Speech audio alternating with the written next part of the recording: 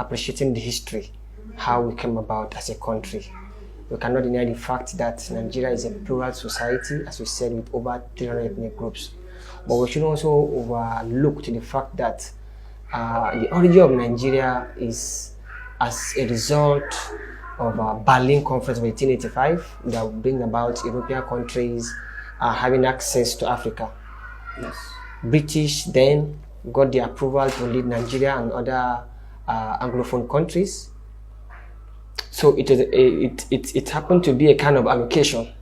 So one way or the other, we find ourselves allocated under British. So different groups, ethnic groups like Hausa, Igbo, and Yoruba, which are majorly, are being carved out together to bring about Nigeria. And 1914 bring about the amalgamation of Southern and Northern Protectorate. Yes. So we have to admit the fact that that formation has bring different ethnic groups together. We are together now, then we have no choice than to see how to foster the unity to bring about development in the country. We've been faced with several issues in the country. Yes. And we cannot overlook the extent of the damages. If I'm not mistaken, looking out of school children alone is over 18.5 million. Yes. Based on UNICEF. That is the highest number in the entire world. Currently, Nigeria we are housing the highest number of out of school children. Why? It's as a result of the insecurity. What brings about the insecurity? You cannot also overlook the fact that we are having issues between different ethnic groups and different religions. We keep nailing this issue, we keep widening it, we keep compounding it. And the moment we do not accept the fact that any issue that comes across a certain ethnic groups in this country, it will later degenerate into a national issue. The insecurity we are facing in the northern part of the country, initially, we look at it as a regional issue, but the spillover effect will make it a national issue as what we are facing now. And one of the damages of insecurity, terrorism, banditry, kidnapping, and what have you, it doesn't end so cheaply. That is why one of the best ways to address them is to manage the relationship. If we are not managing ethnic relation, we keep compounding it. If we keep promoting ethnic profiling, it will not help issues. It's one of the major problems we are facing. They will see kidnapping, banditry as a regional issue, forgetting the fact that it will end up spilling over into other regions. Southwest is one of the most peaceful regions in the country now. And one of those things we are getting it right, specifically Ogun State, is we invest so much in engagement. We engage a lot. We create stakeholder engagement. We create symposium. We make sure we communicate. We do not allow vacuum. If there's vacuum, there'll be problem. And it is easier to kill matters at the primary level before escalating than using force, which are security agencies when these issues have escalated. I will give you data and figures.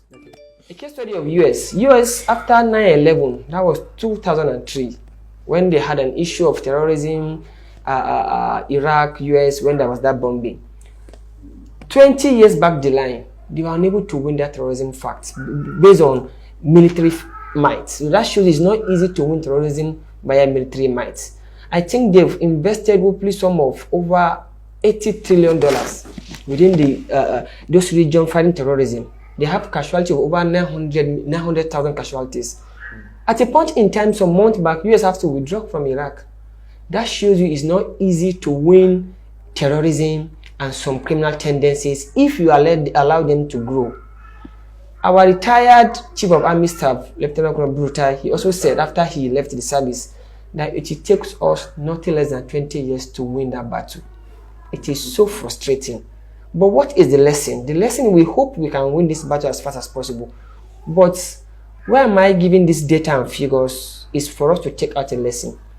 If we are managing a situation like Southwest as an example, that it has not degenerated into that extent, people should appreciate the fact that we all have to come together and invest and contribute our quota towards managing this relative peace we are enjoying.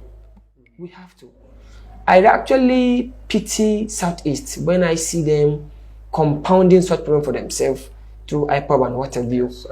If this issue commence, it is very, very difficult to bring down in totality through military might.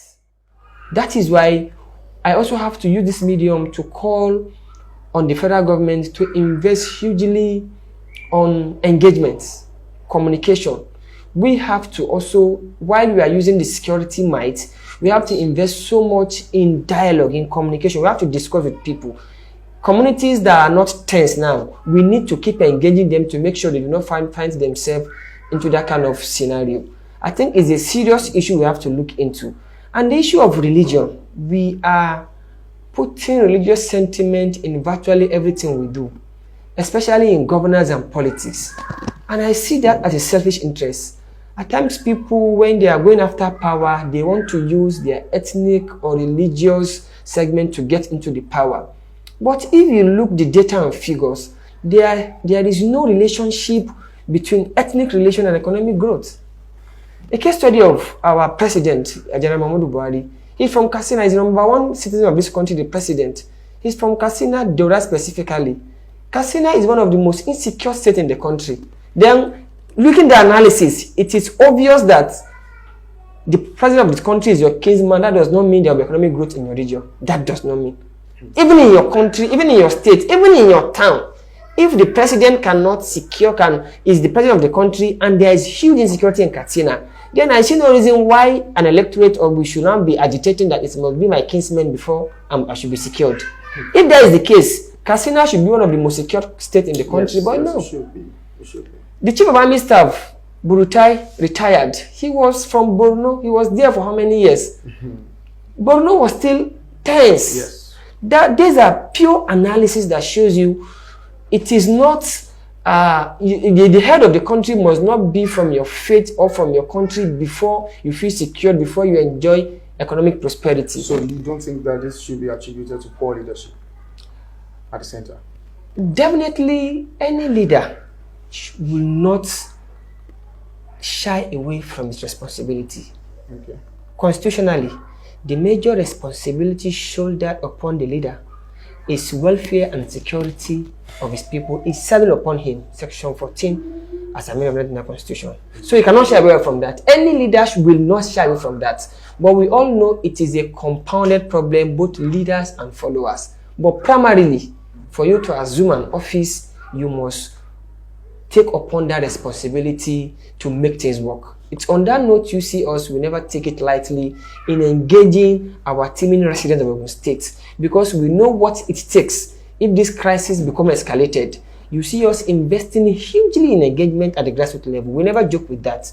Yeah. We never allow any vacuum. Let's go back to ethnic profiling now. You know, it is when we have issues of banditry, it is always assumed that it's always the northerners behind it. It's always assumed that it's always the northerners behind it. When you have herdsmen attacks, for instance, the assumption is that it's Fulani herdsmen now. Now, what do you think this is like? Why do you think this is the norm? Why do you think this is happening? This profiling, it is, you know, at an all-time high. Why?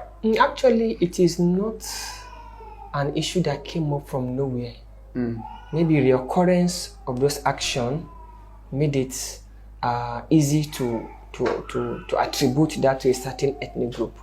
Yes. But the North itself found become guilty of several insecurities and social vices as a result of our borders that are porous. We have a very loose border post. Let me take you back a little bit to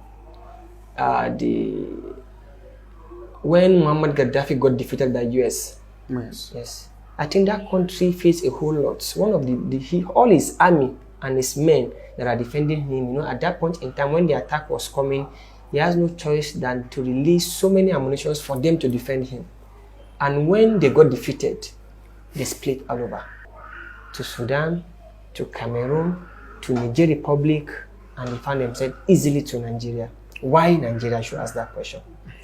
Nigeria is one of the most economic viable countries among all these countries you mentioned. Yes, so it's easier for you to perpetrate your evil act and make huge amount of money in Nigeria than in Niger. Niger have a very weak economy. Sudan, you cannot compare them to Nigeria. That war that it was being conquered, so many criminals got spread out because their principal has been defeated and they are being hunted everywhere. The northern region has a very porous border with all those countries. That was how some northern part of the country specifically become so criminalized. But the president, has closed the border for quite a number of times. Closing border is in principle, is in document. Our border is far wide enough beyond what you can close and go and sleep. Okay. It's not possible. It is not even possible. The only thing we can achieve maybe huge investment in technology to monitor it, and in which I think we've not done a whole lot. But because when you get to the local border, you just see it a major gate. From that gate you are seeing, you can walk from here to Lagos. From any other area you can enter Nigeria. Yes. So what I now say, nobody can identify you as a foreigner. Closing border is in principle, and they are doing their best. Government are doing their best, but the problem is so compounded. It's on that note that I said it's a collective responsibility. Right. We all have to play our quota. The moment we keep hammering on that ethnic profiling, it's not me, it's you, it's not me, it's you. It will all consume us later. Yeah. The issue of bombing, criminalism, criminality, shooting, then maybe 15, 20, 30 years back, we used to see it from Iraq. Yes. You watch it on news.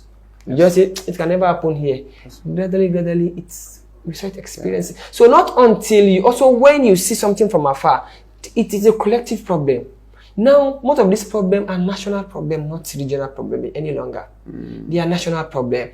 It's quite important that we see these evil people as criminals against Nigeria, not a region against another region, not a tribe against another tribe, not a religion against another religion. Let me also narrow it down to Southwest. If you keep associating leadership to religion, that it must be this religion before you can achieve this. From the entire Southwest governors out of 6, we only have 1 Muslim. And governance is fine. There's everything is going fine. So can you now justify that it must be a Muslim before you enjoy governance? Then if that, why is Southwest relatively peace? So it's not about religion. If you say it must be a Muslim before you enjoy governance, Southwest is doing fine, really, economically, in terms of security, relatively fine. If you say it must be a Muslim before you enjoy governance, then why are we facing problem in the North? Why is president having issue in his state? His own state. Why is chief of army staff having issue in his state? Chief of army staff is as powerful, is the symbol of authority. Yes. If president feels insecure, if everything become blocked for the president, the next person will call is chief of army staff. Because it is after the police have become exhausted. So if as huge as US attack on Nigeria, at that moment is even beyond IG now. So if as powerful as chief of army staff, his state is not secured. So it has nothing to do with religion. Governance and delivery of community has nothing to do with religion or ethnic. I think I've been able to give you these 2 narratives that if truly religion and ethnicity has something to do with economic growth and feeling secured, then the northern region should have been the most secure region in the country. Exactly. So it's high time we have to look issues based on facts and figures, based on competency and the way they approach us. And let's talk about the role of religious and traditional leaders in achieving communal peace. You just mentioned one of the most critical aspects towards achieving a peaceful community in the state. They are major stakeholders. As I said earlier on, by the virtue of our field experience, we get to understand that it is the primary responsibility we need to invest so much on is that engagement and communication. If you keep investing in security agencies, then maybe you are inviting problem. Because why? Security agency will only go when there's problem. Then don't allow when the problem come on board. Okay, so how can you achieve that? We should not be reactive. We must proactive. So if you think you are equipping security agencies, then you are saying the problem come, I want to attack it. No. That has happened in other regions, and we see that it is not the best solution. It is not the best solution. We are facing it deeply in the northern part of the country. So the best thing is, while we are at still the foundational problem, we also feel, at a point in time, people feel aggrieved. So we have to invest so much. We have to encourage these religious leaders and community leaders. That is what we keep engaging them. But don't you think some religious leaders are also funny members of discord? They are also, they're also eating up the polity, because you go to some religious centers and some of them are even advocating for certain, candidates. They are human. There will be that human tendency. But government as a regulator and their agency as a regulative agency has to come on board. At a point in time, Kaduna State government, I think, banned religious activities openly. At a point in time, they said everyone have to come and register. Yes, I remember. So it is the responsibility of the authority to regulate, if not regulate, to keep engaging them. If you keep engaging them, some it might be ignorance. Some, it's not as if they want to be wicked to the governance, they want to be wicked to the country, but that is how they understand it. That is their mindset. Some, you can have a discussion with them, it can dissolve that mindset. So that is why we take it upon ourselves to keep that engagement going. We never cease, we make it keep occurring. We never allow a vacuum. We keep engaging. Some, we might even convince them and they will just come on board and start preaching the peaceful aspect we want them to preach. All these religious agencies, as a matter of fact, you cannot detach them from some of the criminal aspects. Yeah. Like in Zamfara, I think last week, a royal father has to give a chieftaincy title to one bandit. State government has to come on board and suspend him and launch an event. That's why you cannot really say they are not saints in totality. So the regulative agency has to be in touch with them. So government cannot just leave them to continue doing what they are doing, or at least their regulative agency. That's a case study. We also have an issue. I think day before yesterday from Anambra State, the governor just launched a committee to make even native doctors, all of them have to come and register. Why? They observe there is a relationship between the native doctors and the criminal tendencies. All those people are kind of perpetrating criminal acts. Most over 80% of them, when they got arrested, in the process of investigation, those native doctors are the one building them up spiritually. Wow. So the governor have to just announce it, I think day before yesterday, that all native doctors have to come and register, so that they will intimate them, as to at least communicate with them that if anything goes wrong and your name is being flagged, you are in trouble. So that shows you we believe in them, we believe in religious leaders, we believe in community leaders to play a vital role. That's why we keep engaging them to sensitize them. So what Governor of Anambra did was that he acknowledged they play a role either in building the community or destroying the community. So what you need to do as a local agency is to engage them. That's why I told you it's one of the most critical aspects in the situation we are in this country, engagement. You have to keep engaging, you have to keep discussing, you have to keep analyzing issues, you have to keep enlightening each other. It helps a lot in dousing the tension. All right, on a final note now, as we approach the 2023 general elections, we believe Nigerians are more polarized now than ever. We have a Yoruba man who is contesting on the platform of the All Progressives Congress, Asiwaju Bola Ahmed Tinubu. We have the Labour Party candidates, as His Excellency Peter Obi. We also have Alhaji Atiku Abubakar, who is contesting on the platform of the People's Democratic Party. Do you think the Nigerians will be voting along ethnic lines? Because the southwestern people, they believe that it's time for one of them to get to Aso Rock, whilst the southeast people also think that it is their time to also produce presidents, while the northerners also, maybe a section of the north also believes that power should remain in the north. So do you think Nigerians will be voting along ethnic lines in the 2023 elections? Information is power in everything we do in life. Yes. Most of our agitation are ignorant agitation. If you are well informed, there are some arguments you're not even involved upon. You will not compare my line of argument to someone that is comfortable somewhere, maybe in his comfort zone, maybe in his region, maybe in a certain area he was born there, he has never left there. But when to a certain level you have an exposure, you've been able to move around the country, you have experience, you know what it takes to preach a balance in the society, balance in the country. There's some agitation, you will not even bring them up. Because some people just sit down at their comfort zone and just believe Nigeria is all about that area they are. Yes. Not minding the fact that it is a kind of extended a nation. that have over 250 to 300 ethnic groups. So how can you just think your own mindset, your own ethnic group mentality should decide what happens in the country?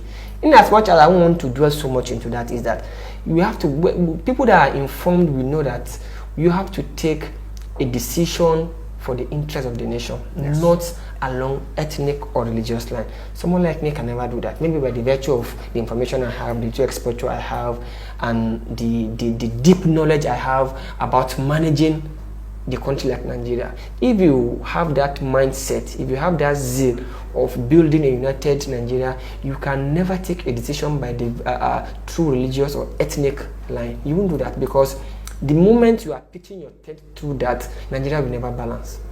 You can allow the governance go along delivery, competency, and maybe the politics can decide that, but not strictly on religious and ethnicity. Not religious and ethnicity. I think I cannot subscribe to that notion, because I know Nigeria is